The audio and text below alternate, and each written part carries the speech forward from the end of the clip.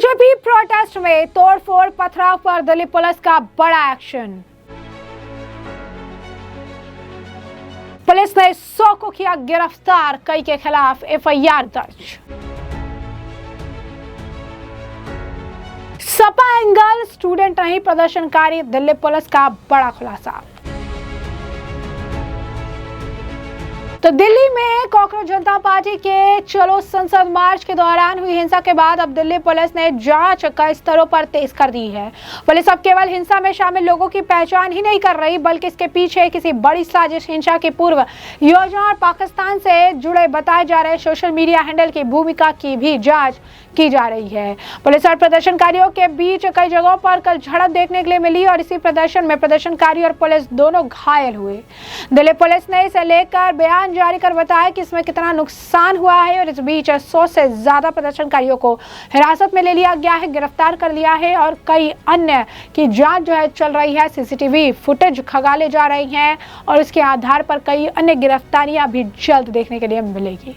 Police ने बयान में कहा कि आज नई दिल्ली इलाके में सीजेपी के विरोध प्रदर्शन के दौरान प्रदर्शनकारियों ने बेकाबू गुस्सैल हिंसक व्यवहार दिखाया। पुलिस की बार बार चेतावनी, कानूनी निर्देशों के बावजूद हटने को तैयार नहीं हुए, जानबूझकर लागू रोक कर जो है उल्लंघन किया उन्होंने। प्रदर्शनकारियों ने पुलिसकर्मियों पर पत्थर और दूसरी चीजों से हमला किया। पुलिस बैरिकेड्स तोड़ने की कोशिश की, पुलिस और दूसरी सरकारी गाड़ियों में तोड़फोड़ की, पब्लिक प्रॉपर्टी को नुकसान पहुंचाया, बड़े पैमाने पर हिंसा की, जिससे पब्लिक ऑर्डर, सुरक्षा व्यवस्था, अपनी कानूनी ड्यूटी कर रहे पुलिसकर्मियों की सुरक्षा को काफी गंभीर खतरा हो गया। इसके चलते 118 से ज्यादा पुलिसकर्मी घायल हो गए, जिसमें special commissioner of police, joint commissioner of police, additional commissioner of police, deputy commissioner of police, additional deputy commissioner of police और असिस्टेंट कमिश्नर ऑफ पुलिस जैसे रैंक के सीनियर अधिकारी, कई महिला पुलिसकर्मी शामिल हैं। झड़प के दौरान लगभग 60 प्रदर्शनकारियों के घायल होने की भी खबर है। बाकी घायल पुलिसकर्मियों का मेडिकल लीगल एग्जामिनेशन कराया जा रहा है। मौके पर आपको बता दें कि सीनियर अधिकारी पहुंचे थे, उनसे मुलाकात की, जो भी पुलिस वाले घायल हुए हैं। पुलिस ने कहा कि हिंसक भीड़ में सार्वजनिक संपत्ति को भी बहुत नुकसान हुआ है। इसके अनुसार इस घटना के दौरान 15 से 20 सरकारी गाड़ियों के साथ साथ दूसरी सरकारी प्रॉपर्टी में तोड़फोड़ की गई है। तकरीबन 70 का ये आंकड़ा दे रहा है, लेकिन अब ये अपडेटेड आंकड़ा 100 से ज्यादा प्रदर्शनकारियों को हिरासत में लिया गया है। सही कानूनी कार्रवाई शुरू की जा रही है। भारतीय न्याय संहिता और दूसरे लागू कानूनों के तहत दंगा करने, सरकारी कर्मचारियों पर हमला करने, पब्लिक प्रॉपर्टी को नुकसान पहुंचाने, विरोध के दौरान किए गए अपराधों के तहत एफआईआर भी की जा चुकी है। दिल्ली पुलिस पब्लिक ऑर्डर बनाए रखने, सभी नागरिकों की सुरक्षा पक्का करने के लिए पूरी तरह तैयार है। गैर कानूनी हिंसक कर्मों में शामिल पाए जाने वाले सभी लोगों के खिलाफ कानून के मुताबिक सख्त कार्रवाई की जाएगी। पुलिस और सीजेपी प्रदर्शन के बीच झड़प को लेकर पुलिस अधिकारियों का बयान भी सामने आया। उन्होंने बताया कि किस तरीके से वो ड्यूटी पर थे। बड़ी संख्या में प्रदर्शनकारी जमा हो गए, दोनों तरफ से पत्थर बरसने लगे। पुलिस ने प्रदर्शनकारियों को समझाने की कोशिश की, उन्होंने सुनने से मना कर दिया। कांस्टेबल से लेकर आईपीएस अधिकारी तक कई लोग घायल हो गए, खासकर एक लड़की को गंभीर चोट आई, कुछ लोगों के सिर पर चोट आई, जबकि मेरे हाथ पर लगी। और क्या आप कुछ बता रहे हैं वो सुनिए। हमारी ड्यूटी थी यहाँ जनपद पे क्लरीज होटल के सामने। वहाँ पे जाने बहुत ये प्रोटेस्टर इकट्ठे हुए थे, दोनों कैरिजवे में थे। हम इधर सामने वाले कैरिजवे में थे, दोनों कैरिजवे से पत्थर आने शुरू हो गए। पुलिस ने उनको समझाया, लेकिन वो समझ में नहीं आए, जिसमें सिपाही से लेके और आईपीएस तक काफी इंजर्ड हुए और एक लड़की को तो काफी चोट आई। उसमें जो है ना सिर में पत्थर लगा, उसको मेरे हाथ में लगा, इनको हाथ में पैर में लगा। एक एएसआई थे, वो गिर गए। गिरने के बाद में उन पे और हमला कर दिया। उनको ये सब इंस्पेक्टर अजय कुमार जी है, उनको बचा रहे थे, तो इनको काफी चोट लगी जो है ना उस टाइम पे। लेकिन उनके पास समझ में ये नहीं आया कि उनके पास पत्थर कहाँ से आए एकदम से। पत्थर वो क्या प्री प्लान लेके चले थे या कैसे था? क्या पत्थर चले? हाँ, पत्थर चले। पत्थर ऐसा महसूस होता है जैसे कहीं से लेकर के पहले से ही पत्थर लेकर के आए हों और प्री प्लान हो, कुछ इस तरीके की कुछ होता। बाकी प्रोटेस्ट खत्म हो चुका था। संसद मार्ग पर जो प्रोटेस्ट था वो खत्म हो चुका था। खत्म होने के बाद जो बाकी बचे हुए प्रोटेस्टर थे वो इकट्ठे हुए और उन्होंने जो है उग्र प्रदर्शन किया। उनमें हम सभी को चोटें आई हैं, अपने उच्च अधिकारी को भी चोटें आई है, हमें भी चोटें आई हैं। तो जैसा कि आपने उनका बयान सुन लिया, उन्होंने साफ बताया कि एएसआई भी गिर गए उनके पैर पर, उन पर भी हमला किया गया। सब इंस्पेक्टर अजय कुमार ने उसे बचाने की कोशिश की, इस दौरान काफी चोट आई। हालांकि साफ नहीं, उन्हें पत्थर कहाँ से मिले, पहले से प्लान किया गया काम था या नहीं, ये सभी अब साफ जो है नहीं हो पाया। वही आपको बता दें कि दिल्ली पुलिस ने यह भी कहा कि कांग्रेस जनता पार्टी के संसद मार्च के दौरान हिरासत में लिए गए प्रदर्शनकारी छात्र नहीं थे। जी हाँ, बिल्कुल सही सुना आपने। सनसनीखेज खुलासा ये भी हुआ है कि जो प्रदर्शनकारी थे वो सिर्फ छात्र नहीं थे, छात्रों का प्रदर्शन बताया जा रहा है, नीट को लेकर प्रदर्शन बताया जा रहा है। इस बीच उन्होंने साफ तौर पर बड़ा खुलासा ये कर दिया कि जिसे लेकर जिस तरीके से जो प्रदर्शनकारी यहाँ पर आए थे वो छात्र थे ही नहीं। यही नहीं, आपको बता दें कि कुछ तस्वीरें भी सामने आ रही हैं जहाँ पर सपा का एंगल भी सामने आ रहा है। अखिलेश यादव की पत्नी डिंपल यादव जो है प्रदर्शन मौके पर वहाँ पर पहुंची हुई है। समाजवादी पार्टी का भी पूरा समर्थन सीजेपी को मिल रहा है। इस बीच अखिलेश यादव और समाजवादी पार्टी से जुड़े हुए एक व्यक्ति जिसकी तस्वीर अखिलेश यादव के साथ दिख रही है, वही सेम व्यक्ति जो है वो मौके पर यानी प्रदर्शन के दौरान वहां पर मौजूद है, बयानबाजी भी कर रहा था। यानी साफ तौर पर जो पुलिस अभी एंगल से जांच कर रही है, इससे बात ये साफ है कि यहाँ पर सिर्फ और सिर्फ स्टूडेंट्स नहीं थे। आपको बता दें कि पुलिस ने झड़पों, पुलिस वाहनों को नुकसान पहुंचाने, सार्वजनिक संपत्ति के विनाश के मामले एफआईआर दर्ज करने की प्रक्रिया शुरू कर दी है।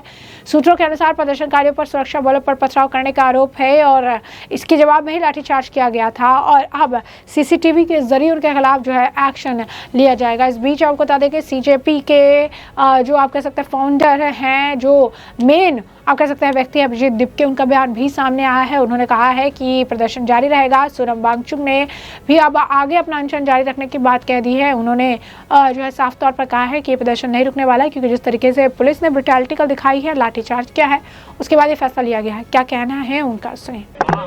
कल जो पूरे देश ने देखा किस तरीके से ब्रुटैलिटी के साथ दिल्ली पुलिस ने 12 साल की बच्चियों का भी सर फोड़ा है, लड़कियों के कपड़े फाड़कर उनकी छाती पर पैर रखकर पुलिस ने लड़कियों को पीटा है और ये सब कुछ मेल पुलिस ऑफिसर्स ने करा है।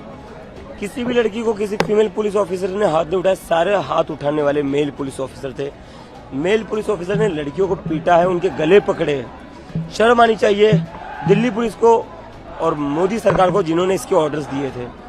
देश पे गुंडागर्दी लगा रखी है इस सरकार में। ये सरकार कहलाने के लायक नहीं है, ये तानाशाह हो गई है। और कल जो ब्रुटैलिटी हुई है उसको देखते हुए सोनम सर कल अपना जो अनशन तोड़ने वाले थे वो अब नहीं तोड़ेंगे, वो अपना अनशन जारी रखेंगे। उन्हें काफी दुख पहुंचा है जो ब्रुटैलिटी हुई है वो देखकर, और उन्होंने एक लेटर पास ऑन किया अपने वाइफ के थ्रू कि वो अपना हंगर स्ट्राइक जारी रखेंगे स्टूडेंट्स के साथ जो अत्याचार हुआ है उसके चलते हुए। और एक धर्मेंद्र प्रधान जो ऑलरेडी 20 से ज्यादा स्टूडेंट्स की मौत का जिम्मेदार है, उसको बचाने के लिए मोदी सरकार और अमित शाह ने और बच्चों का खून बहाने का ऑर्डर दिया था। ये क्या चल रहा है हमारे देश में? अगर आपको मार्च रोकना था, आप वाटर कैनन गन्स भी यूज कर पाते थे, लेकिन आपने टीयर गैस यूज करे, आपने ब्रूटल लाठीचार्ज यूज किया है। क्या जरूरत थी बच्चों का सर फोड़ने की? इस देश का भविष्य ये बच्चे, और कुछ बच्चे बता रहे कि उनको आतंकवादी बोलकर पिटा गया कि साले तू तो आतंकवादी, तू यहाँ तुझे मारता हूँ। इस तरह की भाषा का इस्तेमाल करते हुए दिल्ली पुलिस ने कल बच्चों को पीटा है।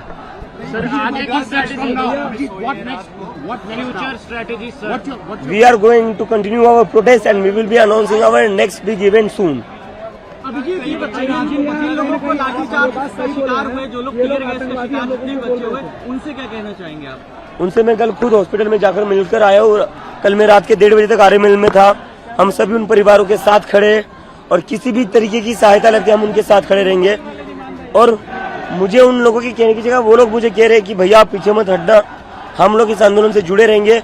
कल जो भी हुआ है उससे हम डरेंगे नहीं, हम पीछे नहीं हटेंगे, हम ये आंदोलन और आगे बढ़ाएंगे। प्रधानमंत्री नरेंद्र मोदी ने अपनी पार्लियामेंट्री कमेटी की मीटिंग में ये कहा है कि नीट में जो लीक है वो घोर पाप है। अभी जस्ट थोड़ी देर पहले प्रधानमंत्री का स्टेटमेंट था और उनका हमने जो भरपूर एक्शन लिए जाने थे वो लिए हैं। आप क्या कहना चाहेंगे? इस घोर पाप का घोर पापी कौन है? धर्मेंद्र प्रधान है। जब उसका इस्तीफा हम लोग मांग रहे थे तो नरेंद्र मोदी ने लाठियां बरसाई, टीयर गैस बरसाया स्टूडेंट्स पर।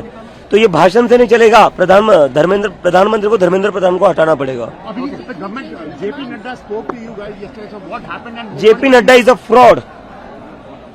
JP Nadda invited our panel to have a discussion and they offered us that they will find a solution and they will have a dialogue. And after calling us for a talk, after calling us for talks, they were doing lathi charge here. So they were trapping us.